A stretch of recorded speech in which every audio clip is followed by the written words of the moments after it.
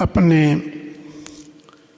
नेत्रों के सन्मुख अति सुंदर सिंहासन पर शोभायमान अपने परम इष्ट देव श्री श्री 108 श्री परमहंस महान विभूतियों के परम सुंदर परम तेजोमयी श्री दर्शन दीदार करते हुए एवं अपने प्राण प्यारे महाप्रभु श्री हजूर सद्गुरु दाता दीनदयाल महाराज जी के अति सुंदर दर्शन करते हुए इनका सुंदर ध्यान अपने हृदय मंदिर में बसाते हुए बड़े ही प्रेम सहित मिलकर बोल जयकारा बोल मेरे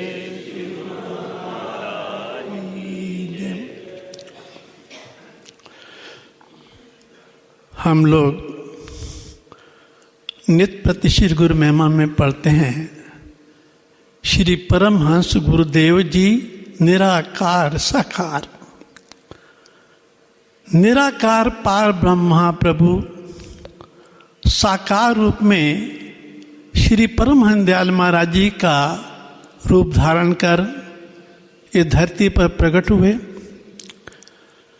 रहमत और करुणा के अथाह सागर श्री परमहंस दयाल महाराज जी ने अनंत कृपा कर जीवों पर इस धरती पर श्री अनंतपुर दरबार की रचना रचाकर नाम और भक्ति की अतुलनीय भंडार खोल दिए। नाम और भक्ति खुद भगवान भी नाम और भक्ति की जो दात बख्शते हैं वो सद्गुरु का साकार रूप धारण करके ही बख्शते हैं। पुराणों में वर्णन आया है कि देव ऋषि नारद जी अपने तप के बल पर तीनों लोकों में जा सकते थे, बैकुंठ, पृथ्वी लोक, पाताल लोक। एक बार बैकुंठ गए, प्रभु के दर्शन किए और जब थोड़ी देर बाद वापस चले गए तो भगवान ने अपने पार्षदों अपने सेवादारों को फरमाया कि नारद जी जिस स्थान पर बैठे थे और जिस चीज को उन्होंने स्पर्श किया है वो अपवित्र हो गए हैं, उनको धोकर स्वच्छ कर दो।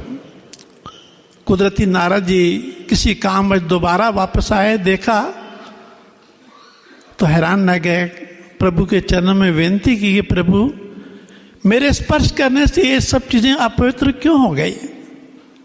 तो प्रभु ने फरमाया कि ये कुदरत की नियम है, एक मर्यादा है कि जो भी जिस भी जीव को ये मानव देही मिलती है उसका सबसे बड़ा काम पहले सद्गुरु की शरण में जाकर नाम की दात प्राप्त करना है और उस बख्शे हुए नाम की कमाई करके अपना जीवन सफल करना है। आपने इस मर्यादा को पूरा नहीं किया, इसलिए आपके किसी भी चीज को स्पर्श करने से वो अपवित्र हो गई, क्योंकि आपने गुरु धारण ही नहीं किया, निगुरे हो। कहा तो यहां तक भी है कि निगुरा मुझको ना मिले, पापी मिले हजार, एक निगुरे के शीश पर लाख पापी का भार। श्री प्रभु जी ने फरमाया कि इसीलिए मैं भी जब जब इस धरती पर मनुष्य के रूप में जन्म लेता हूं तो गुरु को जरूर धारण करता हूं।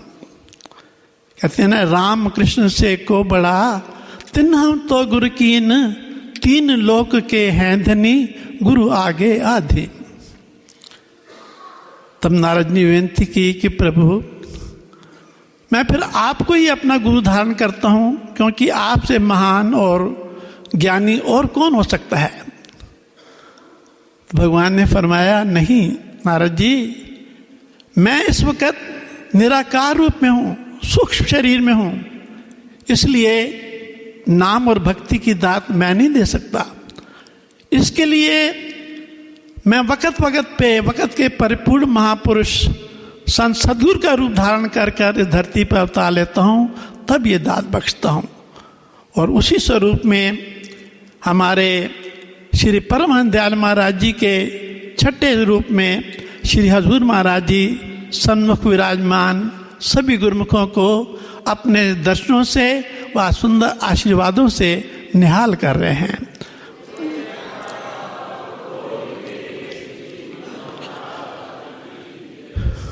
वक़्त के परिपूर्ण महापुरुष ही जी को इस नाम और भक्ति की दात बख्शते हैं। ये नाम के जितनी जितनी इंसान कमाई करता है वो कर्म बंधनों से मुक्त होता जाता है। कहते भी है ना, नाम रतन जिन पाया सो जन भय निहाल, बंधन छूटे कर्म का सुखी भय त्यों काल। ये मनुष्य का आना जाना, आवागमन, जन्म मरण, ये सब कर्मों की वजह से ही है। जब इंसान सद्गुरु के बख्शे हुए नाम का सिमरन करता है, जैसे जैसे जितनी जितनी कमाई करता है उतने उतने उसके कर्म बंधन से मुक्त होता जाता है। और फिर वो वक़्त भी आता है जबकि वो सब कर्म से आज़ाद होकर बिल्कुल निर्मल स्वच्छ आत्मा होकर अपने प्रभु के चरणों में लीन हो जाता है।